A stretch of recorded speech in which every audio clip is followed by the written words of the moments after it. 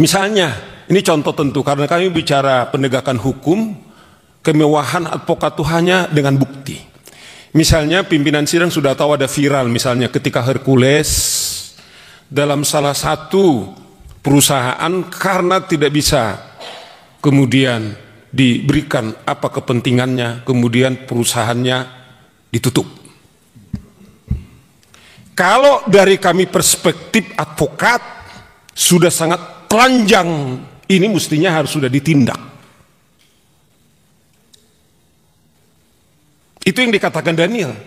Adakah sampai detik ini kita berbicara, jangankan dibekukan, diperingatkan pun tidak. Contoh yang lain, saya masih ingat nih, telanjang nih pimpinan. Kami sebenarnya sudah menyiapkan, ada satu hari dia mengeksekusi barang. Di situ ada Brimob. Kemudian ada seorang warga negara Indonesia. Kemudian itu disidang itu dan dibilang, saya sudah lama tidak makan orang, katanya. Pimpinan sidang diam itu. Brimob itu diam. Saya masih ingat beberapa waktu yang lalu yang pimpinan Saudara Hercules mengatakan, saya akan kerahkan 50.000 orang ke Jawa Barat karena mungkin Gubernur Deddy Mulyadi ketepatan gubernur saya, pimpinan. Saya tinggal di Jawa Barat dan saya harus terbuka, saya memilih beliau. Minta maaf ini tentu sudah selesai, bukan dalam konteks kampanye lagi bro, tidak lagi. Saya terharu pimpinan. Gubernur kami berpidato setelah dia dilantik 3 bulan, baru sekali dia datang ke kantor. Saudara bisa cek. Yang ada itu adalah wakil gubernur, kemudian dengan sekretaris daerah yang menikmati kantor itu. Karena dia menyebutkan nama ormas saja kemudian dia diancam. Saudara Deddy Mulyadi datang ke tempat saya. Apa maksud Anda? Tidak ada di situ, dia hanya ingin membentuk pemerintah daerah Jawa Barat, mau membentuk ormas. Yang saya miris pimpinan, polisi tidak akan mampu membubarkan kami. Kemudian kita bertanya, ada apa? Itulah yang sekarang terjadi di Depok. Bukan saja aparat penegak hukum kita, polisi kita, kemudian dikejar-kejar. Tetapi ada 3 mobil polisi kemudian mereka bakar. Kalau itu saja kemudian tidak ada lagi tindakan, sebenarnya menurut saudara Daniel itu adalah instrumen di undang-undang ormas. Sudah layak dibekukan, tapi pertanyaannya adalah apakah telah dibekukan? Kembali, kita sudah berangkat definisi ormas itu adalah apa? Bukan hanya kita bicara soal ormasnya, sifat dan perilaku. Saya tadi Habib, saya tetap harus klarifikasi, sudah viral. Apakah karena beliau itu katanya dekat dengan presiden, Bung, yang dari Gerindra? Memang sudah dijawab oleh saudara Habib berkali-kali. Apakah karena dia dengan presiden? Ini pertanyaan-pertanyaan kami, kemana kami lari? Hanya kita menyuarakan ke wakil kita. Itu yang saya bilang, kalau tentara kemudian Brimob saja kemudian hanya duduk seperti ini, sementara si preman kemudian menyidangkan. Ada harapan nggak dengan Bung Robert, pimpinan sidang? Saya tidak tahu, mungkin saya menyuarakan ini, tapi kalau saudara di sana mengatakan, kami juga sangat terhormat demi seperti dibilang Pak Sigit. Kami berterima kasih kepada Tampak untuk menyelamatkan. Dengan hormat juga, saya harus katakan, saya pribadi misalnya, kalaupun ketika kami menyuarakan ini, kalau nyawa kami sebagai taruhannya, sebagai komitmen kami sebagai advokat, Bung ini tahu, adalah juga sebagai penghormatan kami kepada hukum. Tetapi sampai detik ini, kawan-kawan, tidak ada. Itulah menurut kami kenapa ini penting, sangat urgent. Kita tidak benci kepada siapa-siapa, saya kembalikan tidak. Tapi kami harus menyuguhkan fakta-fakta. Itulah urgensinya, bahwa ini harus segera kita selesaikan. Apakah betul yang mulia hanya yang mulia tahu? Yang punya kemewahan, apakah hak bertanya? Karena itu pertanyaan-pertanyaan yang muncul. Kami tidak punya pengewahan untuk menangkap. Paling kemewahan kami, ya kami orang lapangan, kita udah terbiasa, pimpinan. Ya kalau ada orang mengklaim nyawa, kita nggak pernah makan orang. Tapi alhamdulillah lah masih. Ya Petrus ya, nggak pernah kita makan orang. Tapi alhamdulillah kita sampai ini selamat. Inilah contoh-contoh kita meminta supaya Komisi 3 mendesak Kumham, Menteri Dalam Negeri, mengapa ini kemudian tidak ada tindakan? Nah inilah beberapa contoh kita katakan ini telanjang di tempat kita. Bagaimana dengan yang lain? Kita kalau saya selalu mengatakan, kalau aparat negara yang kita biayai dari APBN kita dipersenjatai saja tidak mampu berbuat apa-apa.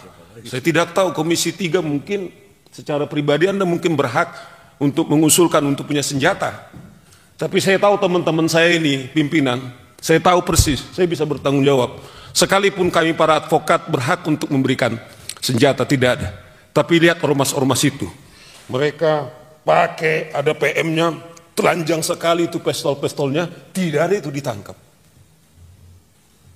Saya mengingat salah satu ormas di daerah Riau itu, dia kejar-kejar dengan belati, ditarik itu pistolnya, tetapi itu polisi tidak bisa berbuat apa. Itu yang dibilang beliau ini, apakah ini negara-negara hukum? Bagaimana aparat kepolisian kemudian diancam dengan pistolnya, kemudian tidak berbuat apa-apa? Pimpinan, siapa yang menjamin Saur Siagian keluar dari Anda, mungkin Anda bisa melindungi saya. Tapi saya sudah disclaimer. Demi komitmen saya, kepercayaan saya sangat terhormat. Termasuk kawan-kawan saya ini, hanya dalam hitungan 2 hari Pak. Tiap hari advokat terpanggil Pak. Saudara Muniar itu berlari-lari tadi dari Bogor, pokoknya saya ikut katanya. Itu urgensi kemudian yang menjadi keadaan kita saat ini. Kami hanya punya kemewahan teman-teman DPR memanggil itu Menteri Dalam Negeri, Menteri Hukum. Ini kenapa Anda diam mengambil polisi? Kami juga ngomong kemarin, apakah Saudara Wahyu, Saudara Kabareskrim? Saya percaya Anda baik, tapi apakah polisi yang lain? Saya contoh, pimpinan. Saya itu senang datang ke pasar, Pak. Saya ketepatan, saya lahir dari anak jalanan, jadi saya kuliah 4 tahun tuh di jalanan yang mulai jadi pimpinan. Jadi modelnya kayak begini. Saya miris, Pak. Saya senang membeli itu di kaki 5 itu. Tomat kalau sudah jam-jam 8, Pak, 5.000, Pak. Tapi ormas meminta mampu dia itu 5.000, itu udah jam 8, jam 6 berapa orang yang meminta? Saya tahu berapa untung mereka. Contoh-contoh kecil ini, belum lagi kita bicara yang sangat serius. Dasar itulah Bapak-bapak pimpinan, teman-teman Komisi 3, itu yang saya bilang. Saya tidak tahu, kembali, saya tidak tahu Saudara Listio Sigit itu Pak, dia minta Selasa, tapi Pak Saur karena ini urgent. Dan janji mereka akan maksimal. Inilah yang kita berikan contoh. Kita tidak, justru kita munafik kalau kita tidak memberikan contoh-contoh kenapa ini urgent di dalam rapat kita ini. Nah, ini contoh-contoh yang kita katakan yang mestinya itu yang kita, apakah dia kebal hukum? Nih, Saudara Petrus ini dulu waktu naik di meja persidangan dulu, waktu ini, wah dia polisi berapa puluh melapis Saudara Petrus itu dulu. Padahal itu bersidangan. Iya kan? Cuman saya agak sedih juga, dia yang memecah Rasman langsung tanpa sidang. Saya catat kepada dia. Iya kan? Itu catatan. Nah, itu contoh-contoh. Saya tidak tahu nanti mekanismenya kerja seperti apa. Bisa enggak Komisi 3, kami sebagai pemilik daulat rakyat yang kami serahkan kepada teman-teman DPR. Pertama, setiap warga negara itu sama kedudukannya dalam hukum. Sekaligus juga supaya kami juga jangan bias, supaya ada perimbangan. Kedua, hak daripada DPR juga berhak untuk memanggil saudara Hercules. Saya tidak tahu apakah kemudian itu disamakan dengan misalnya Deddy Mulyadi dengan gubernur yang kita lihat head to head, atau kalau memang mitra kerjanya adalah dengan kepolisian, saya tidak tahu. Sebab juga itu memberi hak juga kepada dia, dasar dia untuk melakukan yang sama. Tetapi seperti dibilang saya, teman-teman sebagian, yang terakhir Saudara Petrus Balapationa, sangat, Pak, terus terang aja. Kami ini 5 tahun Pak belajar. Kalau zaman saya S1 itu 5 tahun Pak. Untuk jadi advokat saya harus magang 2 tahun Pak. Kemudian kami dilantik. Sebagian ini adalah kawan-kawan pejuang. Kami terbiasa kantor kami tiba-tiba disegel atau ditutup karena kami tidak bayar kantor. Kami berjanji setiap pro bono pimpinan, saya tidak pernah menerima. Ini teman-teman saya lama, teman saya perjuangan. Alhamdulillah, asal saya ajak mereka berjuang, mereka tahu. Kalau kasus pro bono itu tidak pernah kami berani menerima 1 rupiah pun. Tapi tiba-tiba hak kami sudah menang di pengadilan. Kami tidak bisa eksekusi. Petrus itu banyak pengalaman. Bung Robert ini banyak pengalaman. Oleh karena itu, saya hanya mengatakan, kami begini pimpinan, kami agak polemik, ada mazhab yang kami juga tidak mau lagi ke DPR. Ngapain ke DPR? Katanya, minta maaf ini, tanpa merasa mengecilkan. Apakah mereka bisa menyuarakan atau dagelan politik? Tetapi kami pilih tidak. Kalaulah jujur hampir 100 orang mau. Jadi panggil beliau, saya pikir juga kita minta juga polisi, kenapa Anda? Seperti tadi. Orang mereka terbuka pakai pistol kok. Dan aparat penegak hukum tidak berani. Nah baru yang kedua kami diteguhkan, mungkin ini yang pertama, mungkin membentuk panja. Dan saya kira kami berhak karena kami adalah di lapangan. Kami hari kami. Bung Robert ini cerita kepada saya berapa kali dia sudah harus dieksekusi, kemudian dihambat. Uangnya bertahun-tahun tidak ini. Sampai tiba-tiba Bung Petrus, BYD itu konkret aja. Hampir lari dari Indonesia, mau lari kepada negara lain karena keadaannya. Semoga kami pertemuan kita, kami sangat terhormat, ini ada tindak lanjut, tetapi konkretnya. Coba, sekaligus dia mau datang apa enggak? Jangan-jangan waktu di KPK, pimpinan. Dia bilang sama wartawan, katanya. Coba viral Pak. Saya ngomong ini kan justru saya nggak jujur kalau saya dengar. Kamu jangan coba-coba. Pak kita ini mau mendampingi klien aja pakai KPK. Petrus itu teriak-teriak. Kenapa 1 orang? Tapi dia masuk tiba-tiba. Jangan kamu coba ya. Saya sikat kamu katanya. Kemana kita kalau tidak teman-teman kami yang punya kemewahan untuk memanggil? Tampak ada bersama dengan kawan-kawan. You are not alone. Tumpas bersama dengan bapak-bapak. Dan dengan hormat, saya tidak mewakili semua teman saya. Kalau ada mengklaim, kami juga sangat terhormat, panggilan suci kami sebagai advokat, kami bersumpah demi Allah, tunduk kepada undang-undang dan undang dasar, dan itulah sumpah kami semua, dan itu terbiasa. Kami orang-orang lapangan, ya kalau ada mengklaim kami nggak mati-mati ya kami juga seperti itu. Ya Bung Petrus ya.